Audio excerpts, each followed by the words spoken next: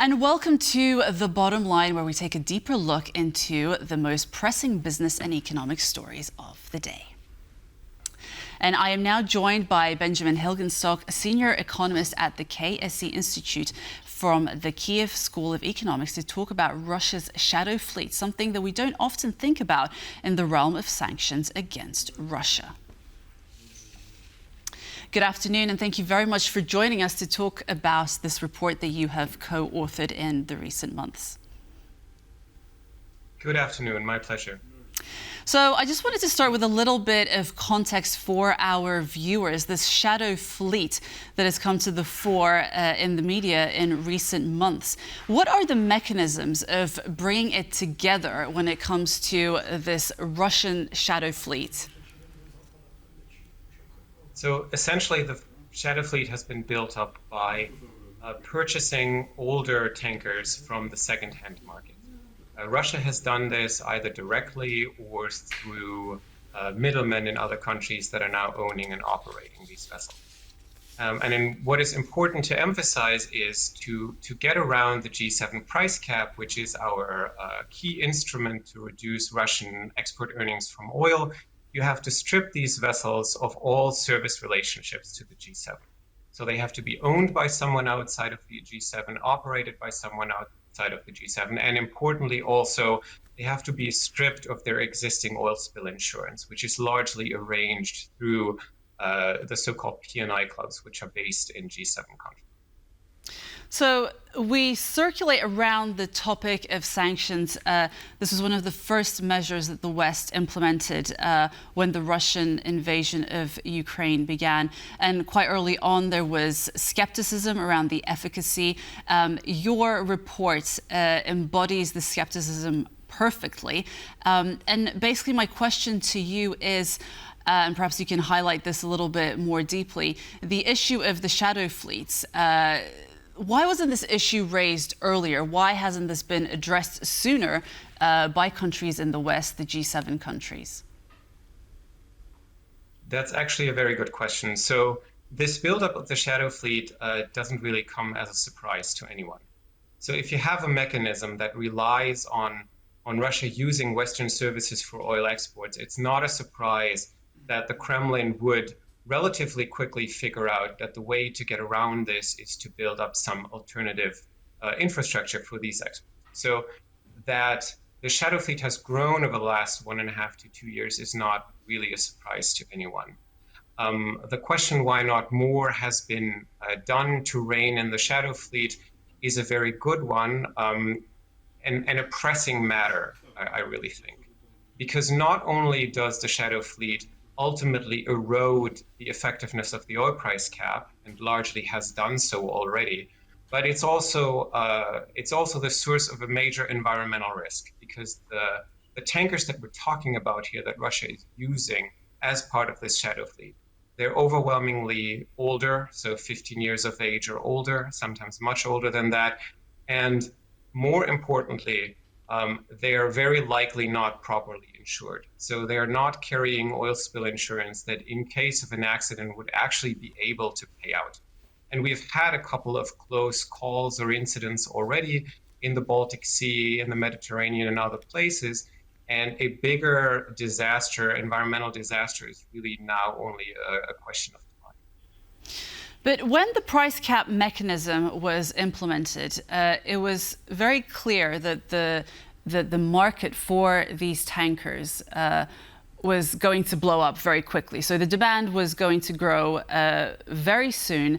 It was very obvious that the companies would jump on this opportunity to make money. And also, my question as a follow-up is, why wasn't the price cap mechanism implemented alongside some kind of additional mechanism to get around this additional infrastructure that was quite obvious that Russia would implement to get around these sanctions?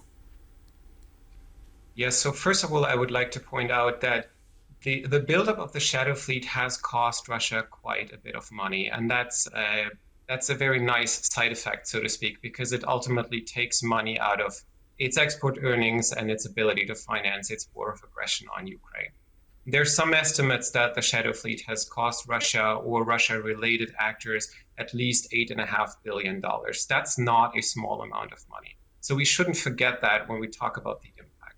Now, you're right that we kind of missed an opportunity here to make it harder earlier on for Russia to acquire these vessels. Shortly before the end of last year, in the 14th sanction package, the EU actually effectively banned the sale of tankers to Russians or Russian-linked entities. That probably should have been done earlier, and it should be implemented now by other jurisdictions as well, because Russia will continue to try to build up the shadow fleet, and ultimately it will also have to replace some of these aging tankers that at some point will really drop out of the fleet. And this may be a little bit of a controversial or difficult question to ask, but there is a lot of, should we say, demand or pressure for the West to support Ukraine militarily and economically. But is it perhaps not more of an urgent need to disassemble this shadow fleet? Because if you dig a little bit deeper, the money that actually keeps flowing into Russia one way or another is actually, it's quite a significant amount of money if you look at it. Yeah, I think both things are equally important. Look, ultimately, sanctions alone are not going to end this war. I think that's a fair assessment. But on the other hand, our strategy with military and financial support to Ukraine is ultimately also not going to work if we don't make our sanctions regime really stick and hit Russia's ability to finance this war. So there is an urgent need to do something about this fleet right now. I think, fortunately, we have options to actually address this shadow fleet threat. Can you tell us a little bit more about those options? So since the fall of last year, starting with the US, coalition countries have sanctioned some of these ships directly.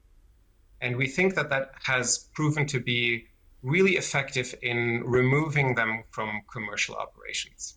Because what is happening is that anyone, any person, any company that is interacting with a sanctioned shadow fleet tanker or the cargo that it transports also faces enforcement action by either the US government or another enforcement agency. And that has made buyers of Russian oil and banks that are, conducting the cross-border transactions behind this trade much more hesitant. So if we look at the more than 60 vessels that have been sanctioned by either the US, UK, or EU, overwhelmingly, they are out of commercial business because the involved entities are afraid of running afoul of the US government or other governments themselves. This strategy could be scaled up significantly. So again, we've done this with slightly more than 60 tankers. You pointed out earlier that the Russian shadow fleet is around 430 or more than that. I think we could easily sanction more tankers, and it would put pressure ultimately on the price that Russia generates for its oil, while leaving the Russian oil on the market, which is an important consideration for many of the governments involved. But it's not necessarily just a matter of the tankers themselves, but there are a lot of regulatory gaps that need to be addressed as well.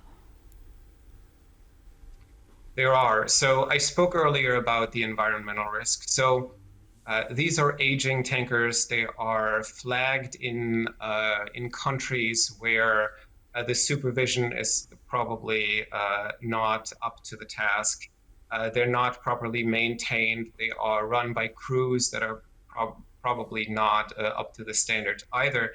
And as I mentioned earlier, they no longer carry oil spill insurance that we should consider as adequate.